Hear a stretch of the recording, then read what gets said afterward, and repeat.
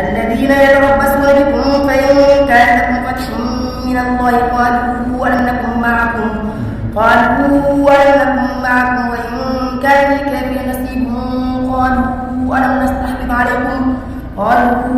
نستحوذ عليكم ونمنعكم من المؤمنين فالله يحكم بينكم يوم القيامة ولن يجعل الله للكافرين على المؤمنين سبيلا إن المنافقين يخادعون الله وهو خادعهم وإذا قاموا إلى الصلاة قاموا كسالى يراءون الناس ولا يذكرون الله إلا قليلا. ما شاء الله. سألي دائما نجد ما رأى من الشيطان الرجيم. يا نساء النبي.